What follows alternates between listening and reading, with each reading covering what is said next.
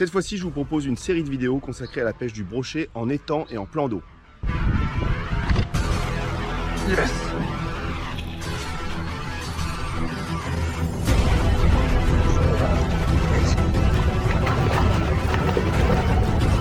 4 vidéos pour couvrir les 4 saisons.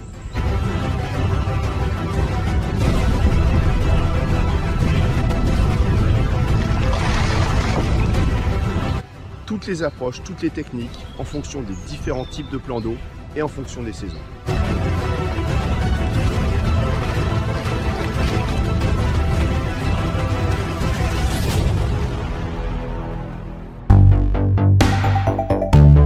On se retrouve pour la suite de cette série de vidéos consacrée à la pêche du brochet en étang et en plan d'eau. On va du coup cette fois parler donc de la pêche estivale, celle qu'on est censé retrouver à peu près entre la mi-juin et la mi-septembre.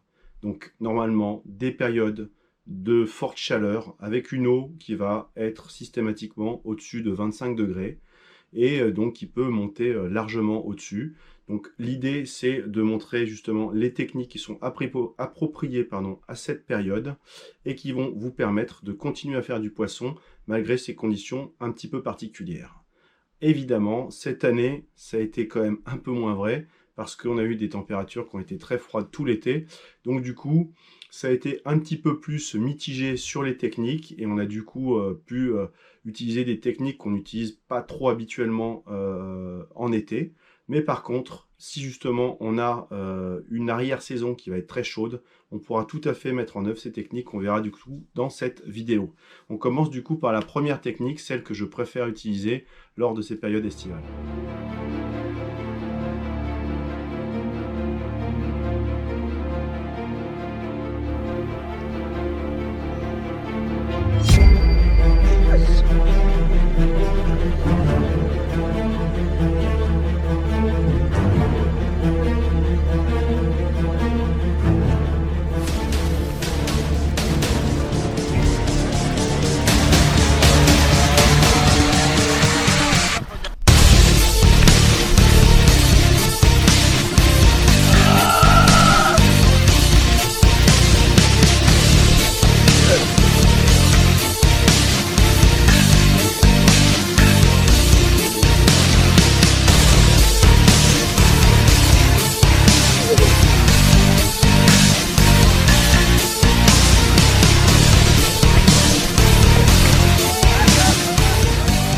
La technique, moi, que je préfère utiliser l'été, celle qui m'a rapporté le plus de poissons, que je trouve la plus polyvalente et simple à utiliser, c'est ce que j'appelle le buzzing shad. Donc c'est tout bête, j'utilise un shad que je monte sur un hameçon texan, que je vais avoir soit pas plombé du tout, soit plombé à la hampe, mais donc pas trop. C'est des techniques que je vais utiliser donc dans les deux postes que je vais privilégier en été. D'une, ce sont tout ce qui est végétaux importants qui vont projeter de l'ombre dans l'eau et qui vont faire donc du coup un abri de la lumière directe du soleil. Donc du coup les nénuphars, les champs de potamo, tout ce qui va justement permettre de bien protéger du soleil, ça va être des postes qui vont être à privilégier l'été. Lorsque vous pêchez des endroits où les herbiers sont très très denses, notamment avec ces grandes plaques d'herbier qu'on voit du coup pousser un petit peu partout dans les étangs, ça va être aussi intéressant à pêcher, et notamment pêcher dans les trouées ou sur les bordures donc, de ces gros massifs d'herbier. Là encore, vous allez avoir des poissons qui vont être embusqués en bordure d'herbier ou entre les trouées et qui vont se cacher de l'ombre et qui vont par opportunité pouvoir se jeter sur une proie qui va passer à proximité.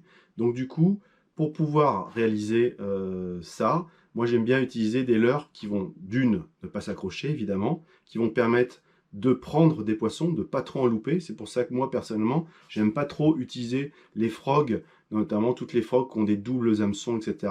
Parce que moi personnellement, je trouve qu'on a trop de ratés. Alors que du coup, avec le shad et le buzzing shad, on va retrouver déjà un leurre qui va être très bruyant parce que du coup on va le ramener en surface assez vite et du coup on va le faire flapper en surface avec la queue qui va battre l'eau. Donc du coup, on va générer des bulles et un bruit caractéristique qui va être hyper attractif pour le brochet. Je suis persuadé que c'est un bruit qu'il aime particulièrement et qui va le faire réagir.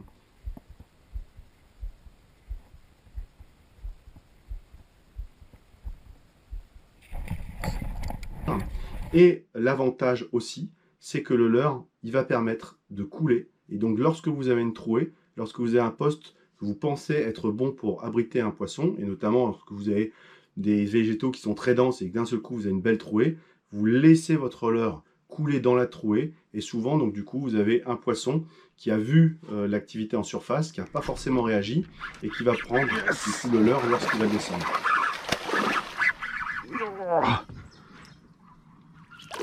L'autre situation qu'on va retrouver, c'est un poisson qui attaque carrément dans l'herbier, au travers des nénuphars ou au travers d'autres types d'herbiers, et qui va louper le leurre, parce que du coup vous ramenez assez vite, comme du coup on peut être amené à balayer de grandes surfaces et minutieusement, c'est-à-dire qu'on va les faire en éventail pour ne rien rater des zones, parce que c'est pas des zones où les poissons vont faire beaucoup de distance pour pouvoir attraper le leurre, il va falloir leur passer à côté. Et donc du coup, quand vous passez à côté, le brochet par réaction va attaquer le leurre, et il se trouve assez régulièrement on voit le remous derrière, qu'on a l'attaque, mais en fait le poisson loupe le leurre. Dans ces cas-là, vous stoppez la récupération instantanément et vous laissez couler le leurre si vous avez l'opportunité.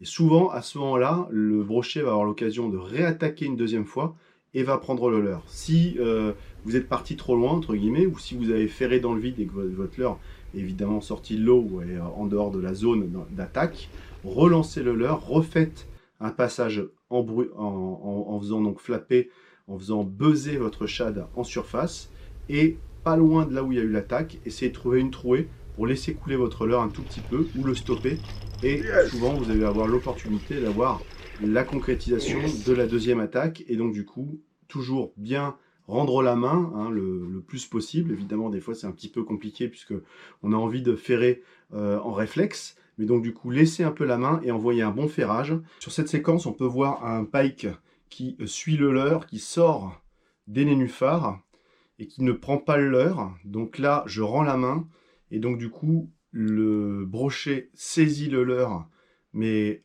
pas entièrement, et je vois très bien que l'hameçon n'est pas dans sa gueule, donc je ne peux pas ferrer. J'ouvre carrément le pick-up pour pouvoir rendre la main, et en fait, bon, j'arrive pas à le ferrer, parce que du coup, à aucun moment, il engame le leurre correctement, mais ça montre à quel point on peut laisser le poisson engamer le leurre. Ça m'est même arrivé avec la monite shad notamment, d'avoir des poissons qui viennent, des brochets qui viennent ramasser le leurre inerte au fond. Donc typiquement, c'était une situation où j'étais en train de démêler une petite perruque que j'avais fait à force de skipper. Le leurre est resté carrément au fond, et lorsque j'étais en train de défaire le nœud, pendant que je faisais cette opération-là, j'ai vu ma ligne se décaler, et je voyais très bien mon fil avancer, et donc du coup, il y avait un brochet qui avait carrément récupéré le leurre sur le fond et qui bougeait avec. J'ai ferré et j'ai eu le poisson.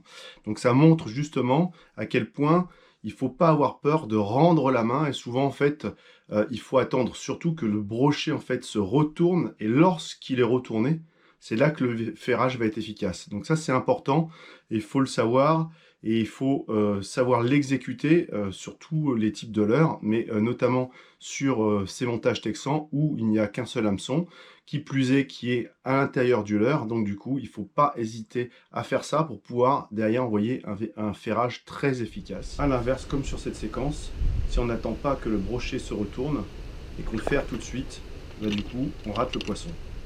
Merde, quel con.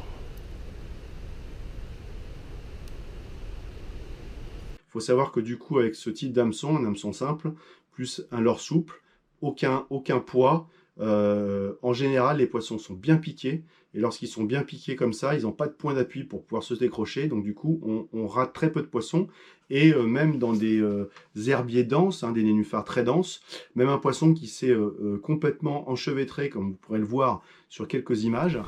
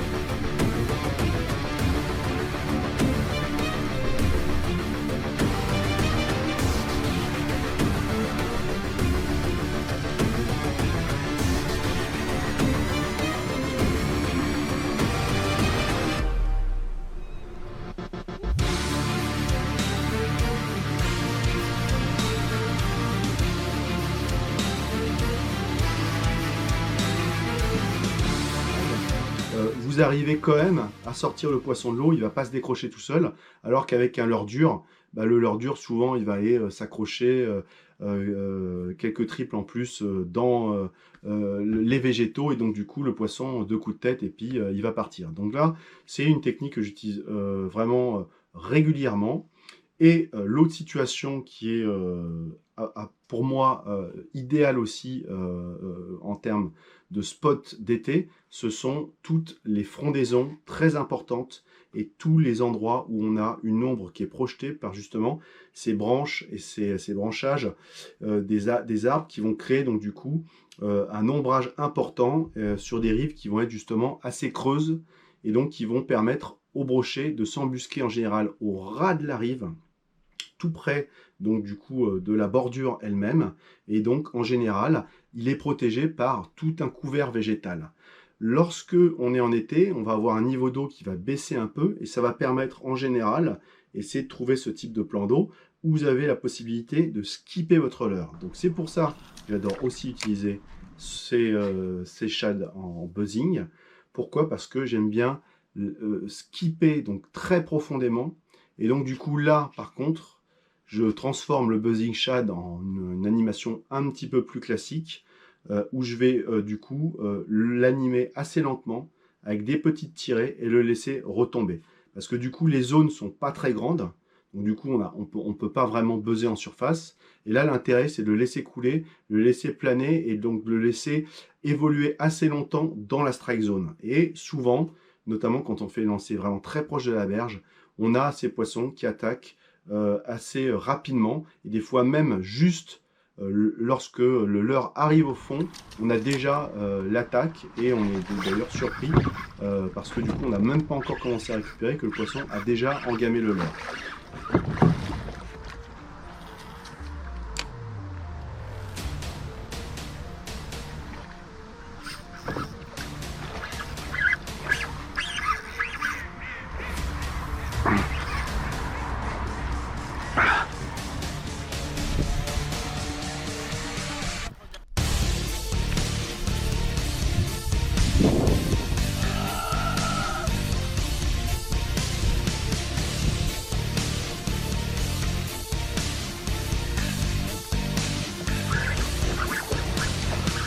Voilà.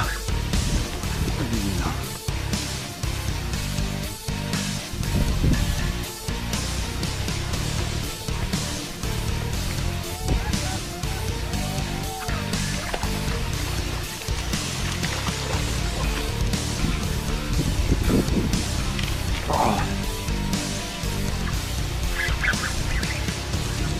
Yes. Maladie tranquille.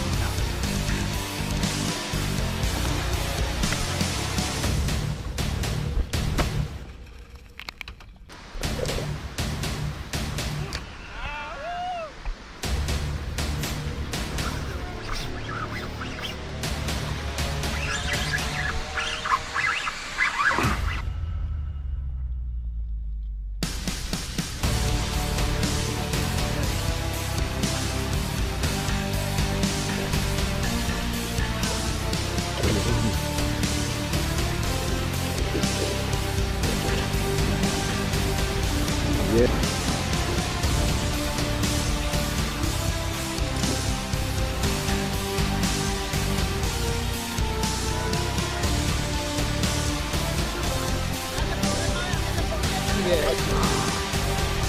Il est là. Putain, c'est bon. Superbe. Wouhou. Pike, pike, pike. Au niveau des shads que j'utilise pour cette technique, du coup c'est 3 types de shads exclusivement. La Monite Shad en 5 pouces 5, le Magic Slim Shad en 6 pouces 8, et du coup le Dexter Shad, mon grand classique, en taille 150. Je vais plutôt utiliser en buzzing au-dessus des herbiers de la Monite Shad. Malheureusement, elle est très difficile à trouver maintenant. On en trouve encore dans quelques boutiques. J'en ai trouvé ce week-end chez des PSG.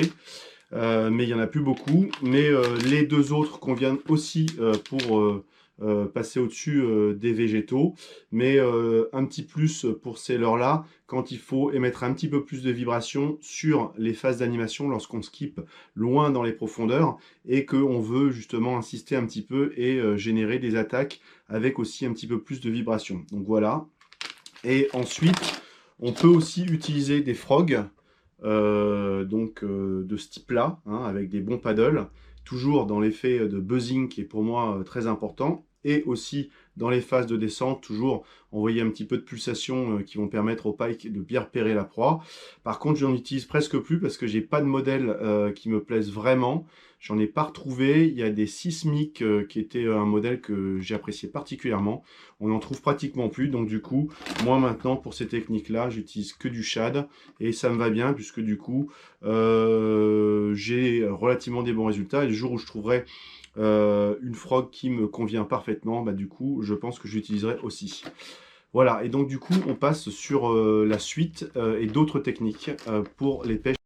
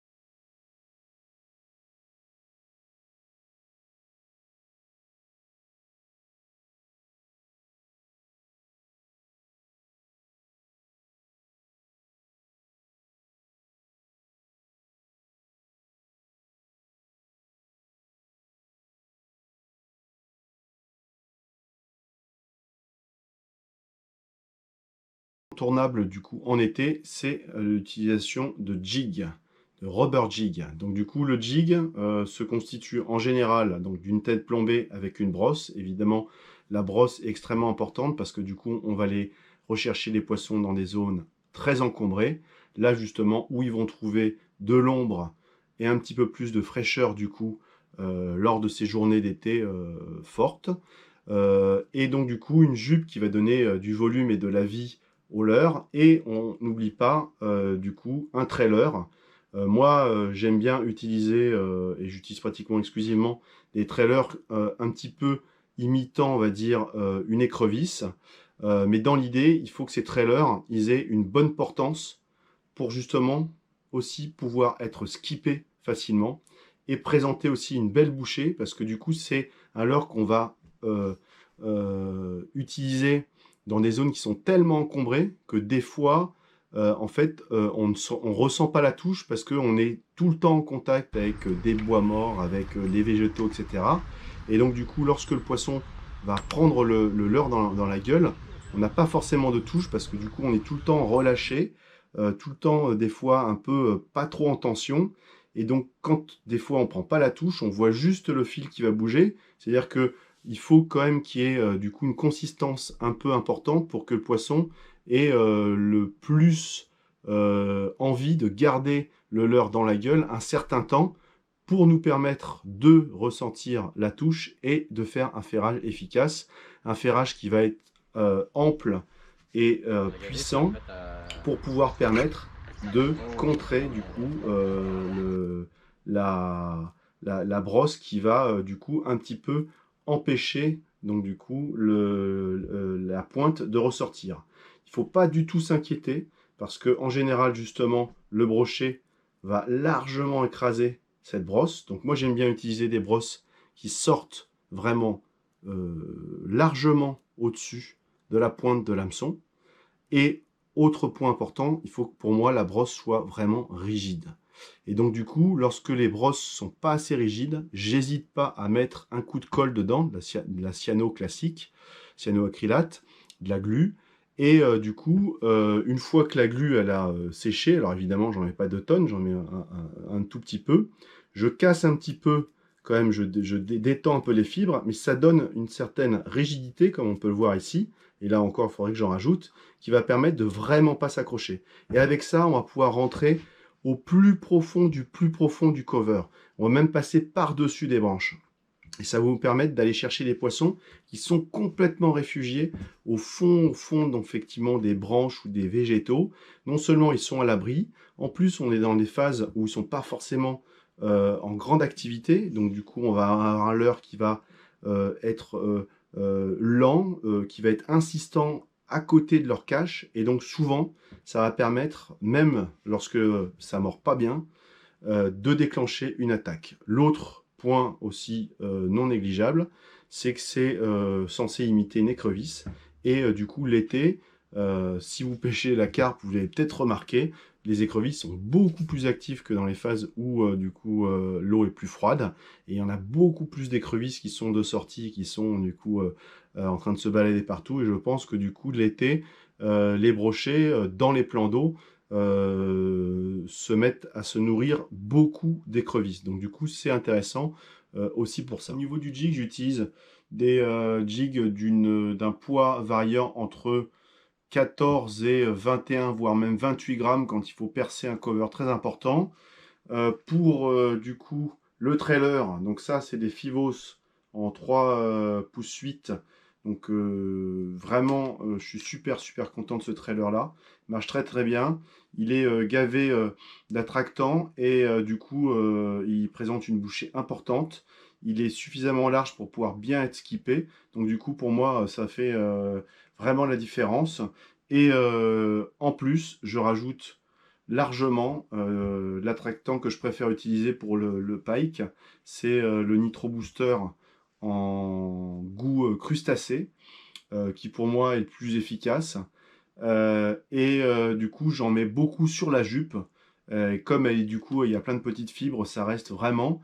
Et comme, encore une fois, le jig, on perçoit la touche souvent assez tardivement, bah là, on a d'autant plus d'intérêt de mettre de l'attractant parce que du coup, ça favorise quand même le maintien du leurre dans la gueule du poisson plus longtemps. Donc voilà, bah écoutez. Donc maintenant, on va passer à la dernière technique, celle la plus fun aussi, qui va permettre de prendre des brochets en été.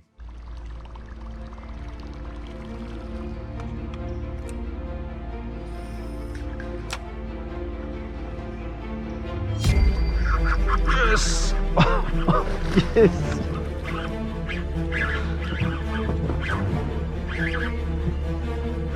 Il est beau en plus.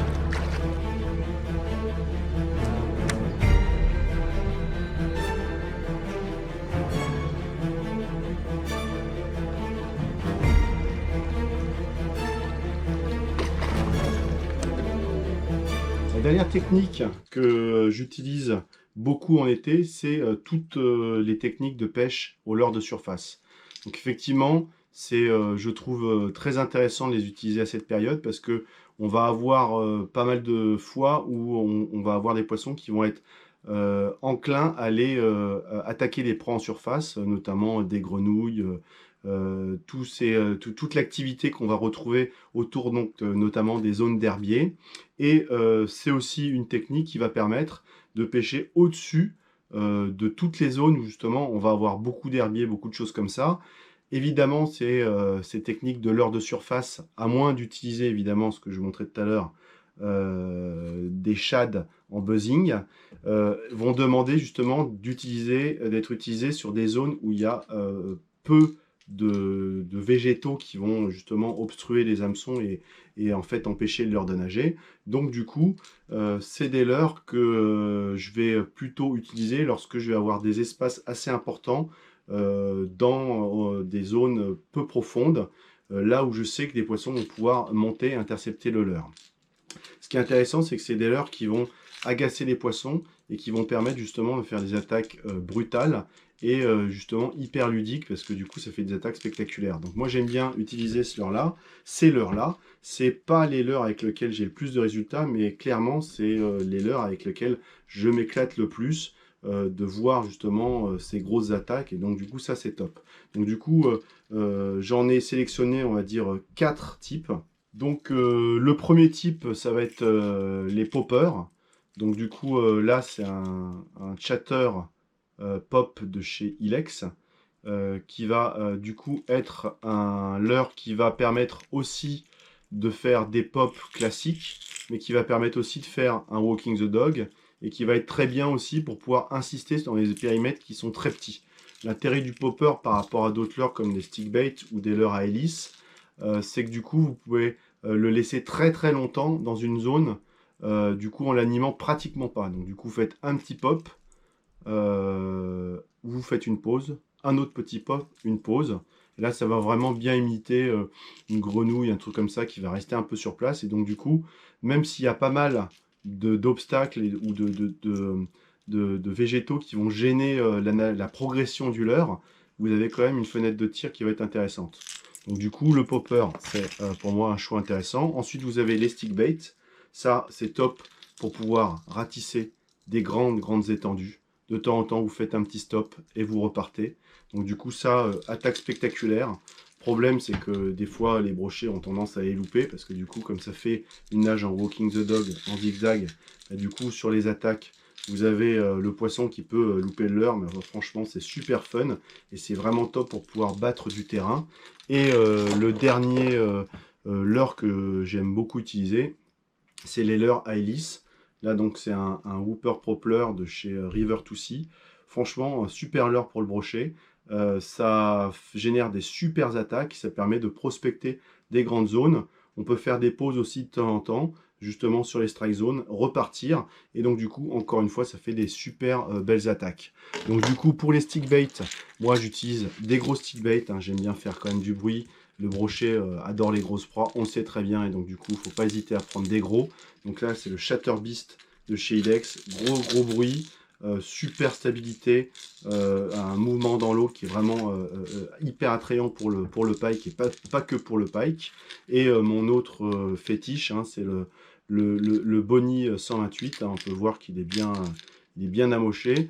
C'est pareil pour moi, c'est un leurre qui est incontournable justement pour toutes ces pêches en surface au stick bait. Donc là, si j'ai deux références à conseiller, ce serait celle-ci.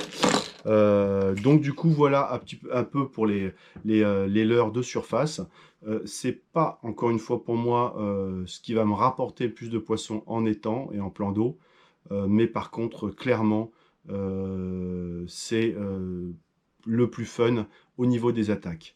Et donc du coup, moi, si je devais privilégier une technique, celle que je vais utiliser le plus quand même, ce qui va être la plus polyvalente pour moi, ça va être d'utiliser ça. Parce que du coup, on fait de la surface, on fait du un peu plus profond, ça s'accroche très peu, on va assez vite, on pêche précisément, et donc du coup, moi j'aime bien.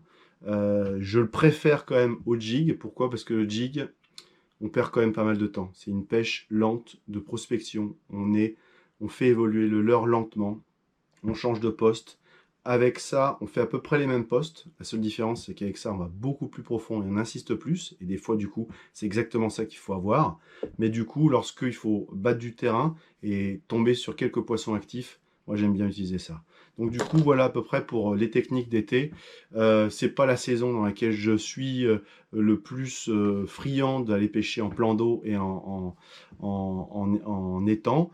Aussi parce qu'il faut faire attention à bien remettre les poissons hyper vite à l'eau. éviter de prendre des photos, surtout des photos trop longues. Donc tout ce qui est petits poissons, etc., bah, relâchez-les tout de suite, parce que du coup, ils vont avoir beaucoup plus de difficultés à repartir.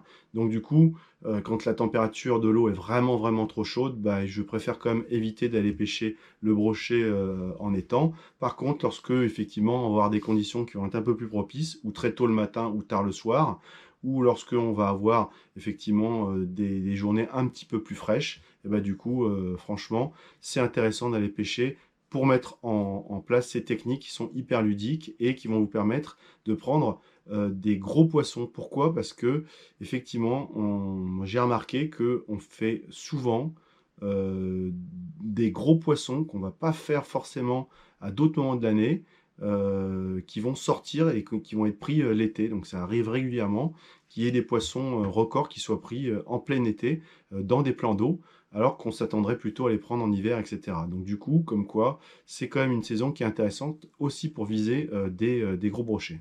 Donc du coup, on se retrouve du coup la prochaine fois pour la saison à ne pas louper, c'est l'automne qui pour moi est une des saisons avec le printemps les plus intéressantes pour pêcher le brochet en plan d'eau et en étang. Et donc du coup, on verra ça du coup cet automne.